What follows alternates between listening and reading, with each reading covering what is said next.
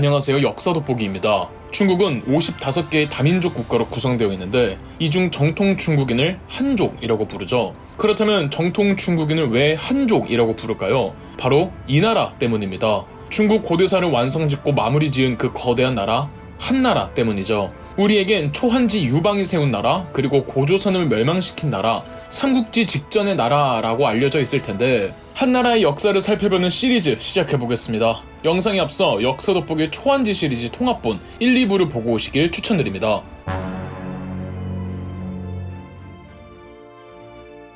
기원전 206년 한나라를 건국한 유방은 초나라의 항우와 일전 일대의 전투를 벌이며 기원전 202년 마지막 해하 전투에서 항우가 죽으면서 유방이 최종 승리를 거머쥐었습니다. 바로 초한지죠. 같은 해 유방은 지금의 시안인 장안의 수도를 정하고 황제로 등극하며 한고조 유방이 됩니다. 새롭게 천하를 통일한 한고조 유방은 국가를 운영할 제도적 고민을 해야 할 때였습니다. 당연하게도 이전 국가였던 진나라의 멸망 원인을 생각 안 할 수가 없었습니다. 진나라의 멸망 원인은 가혹한 형벌과 지방 제후들을 지나치게 억압했기 때문입니다. 그렇다면 지방 제후들의 자치권을 무한정 보장해 주어야 하는가? 그렇게 했다가 과거 주나라가 지방 제후들에게 쪼개져 버렸죠. 지방 제후들의 힘을 보장해주는 주나라의 봉건제와 지방의 제후가 아닌 황제 대리인을 파견해 전국을 강력한 황제권의 지배를 받게 하는 진나라의 군현제, 모두 장단점이 있었죠. 유방은 마음으로는 진나라처럼 군현제를 채택하고 싶어 했습니다. 그러나 유방이 항우를 이긴 전쟁이 유방 혼자만의 힘으로 일군 것이 아니라 제후들의 지지가 없었다면 불가능했단 말이죠. 그래서 유방이 선택한 방식은 봉건제와 군현제를 섞는 것이었습니다. 수도와 반경 몇 리 내의 수도 근방에는 군현제를 실시하되 먼 지방에는 제후들을 왕으로 분봉하는 봉건제를 함께 병행하기로 하죠. 이를 군국제라고 합니다. 한나라 영토에서 3분의 1이 황제의 직할지이고 나머지 3분의 2가 제후 왕들의 영역이었습니다. 그러나 한고조 유방은 유력 지방 제후들을 그대로 둘 생각이 없었는데요. 먼저 한신이 있었죠. 유방이 항우를 이기는 데 있어서 가장 결정적인 역할을 한 한신은 공을 인정받아 제나라 왕으로 봉해졌습니다. 그런데 한신은 얼마 후 군권을 전부 빼앗긴 뒤 제나라 왕에서 초나라 왕으로 변경되고는 곧 왕의 자격을 박탈당하고 제후로 강등됩니다. 그리고 반란을 일으키려고 한다는 혐의가 나돌자 한고조 유방의 아내이자 한나라의 일대 황후였던 여후가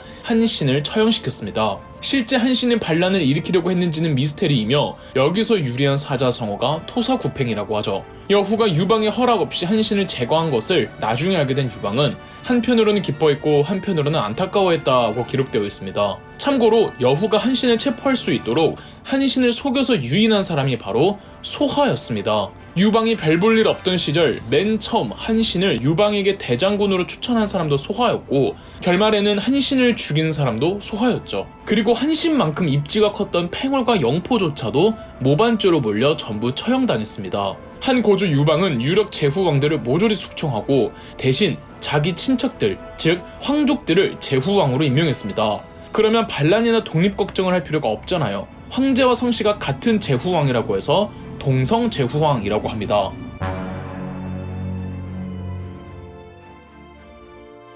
항우를 이기면서 전쟁이 다 끝난 줄 알았으나 아니었습니다.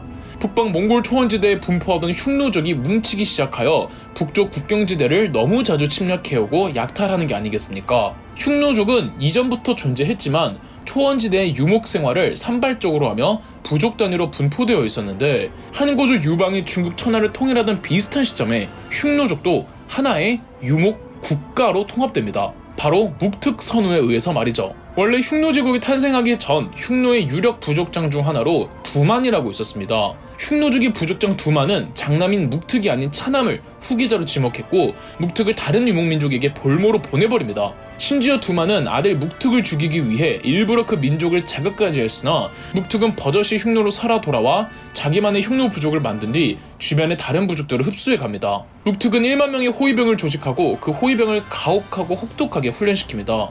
묵특의 부하들 훈련 방식이 독특하면서도 매우 냉정했는데요. 묵특은 명적이라고 불리는 신호용 화살을 가지고 다녔습니다. 묵특은 호위병들에게 자신이 이 명적 화살을 쏘면 무조건 같은 방향으로 화살을 쏘라고 교육했죠. 훈련 도중 한 번은 묵특이 자신이 아끼는 말과 심지어 자기 첩을 향해 명적을 쐈습니다. 몇몇 부하들은 주인이 아끼는 말과 주인의 첩이기에 차마 화살을 못 쐈는데 묵특은 화살을 쏘지 못한 병사들을 처형해버렸습니다. 이 정도로 묵특의 호위병들은 군기가 바짝 잡혀 있었고 묵특이 의도적으로 아버지 두만 쪽으로 명적을 쏘자 호위병들이 일제히 두만을 향해 화살을 퍼부어 두만은 살해되고 묵특이 흉노의 부족장이 되었습니다. 이후로 묵특은 인근 다른 흉노 부족들을 통합하여 흉노 부족을 통일한 뒤 국가를 선포하고는 스스로를 선우라고 불렀습니다. 선우는 유목세계에서 우두머리를 일컫는 말로 칸 이전에는 선우라고 불렀으며 묵특은 자기 아버지 두만을 1대 선우로 자신은 2대 선우로 정하며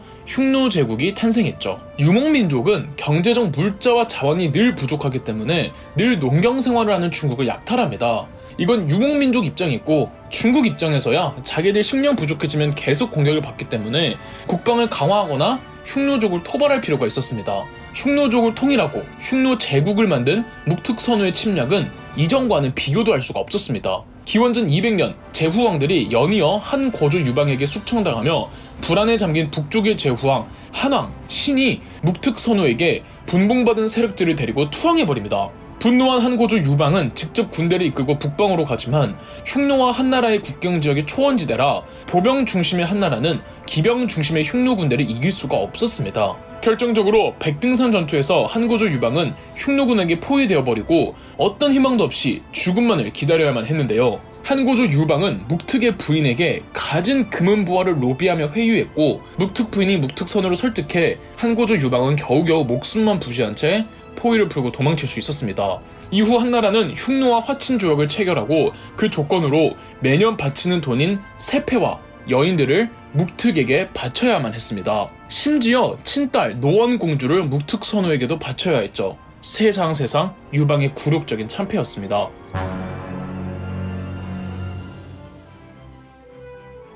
자, 이제 중국 한나라의 역대급 빌런이 등장할 차례인데요. 지금까지 언급했던 인물들 중에 있습니다. 바로 한신을 제거한 장본인 한나라의 1대 황후 여후입니다.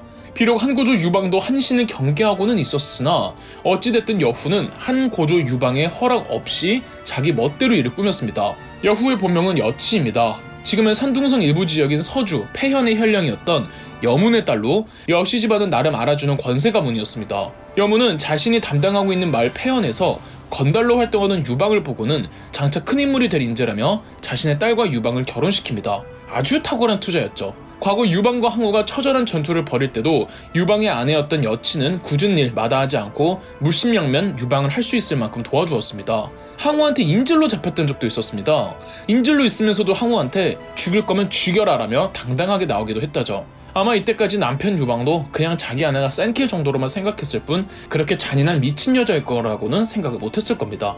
한 고조 유방의 황제 등극과 함께 여후가 된 여치는 한신 제거 후 비로소 본색을 드러냅니다. 여후와 유방 사이에는 아들이 한 명 있었습니다. 여후가 황후였기 때문에 당연히 둘 사이의 아들이 태자로 임명되어 차기 황제를 이을 사람이었죠. 그런데 이 유방에게 후궁들이 좀 있었습니다.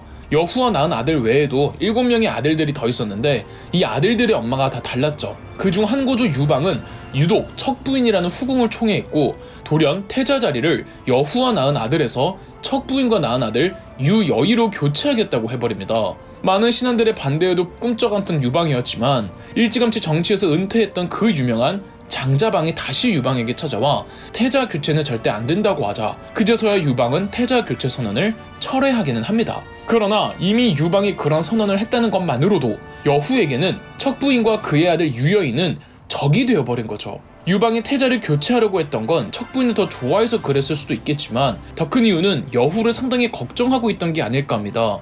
여후와 낳은 아들이 차기 황제가 되면 여후가 더 강력한 권력을 휘두를 텐데 가뜩이나 자기와 있을 때도 자꾸 황제 권한 넘보고 자기 허락 없이 제후들 죽이고 다니는데 자기가 죽은 이후는 어떻겠습니까? 유방의 걱정은 실현이 됩니다. 기원전 195년 한고조 유망이 사망합니다. 본인의 몸이 점점 안 좋아지던 때에 아무래도 황후가 마음에 걸렸는지 유방은 최측근, 왕릉, 주발, 진평 등과 함께 유씨가 아닌 사람은 왕으로 설 수 없다는 백마의 맹약을 체결합니다. 황후의 가문, 즉 여씨 가문을 노리고 한 말이었죠. 그렇게 한고조 유방이 죽는데 지금부터 수위 세집니다. 여후의 잔혹한 악행과 묵특 선우와의 대결까지 중국 고대사 한나라의 역사 2부에서 이어집니다. 그럼 역사 돋보기였습니다. 영상 재미있으셨다면 구독과 좋아요, 알림 설정까지 해주시면 감사드리겠습니다.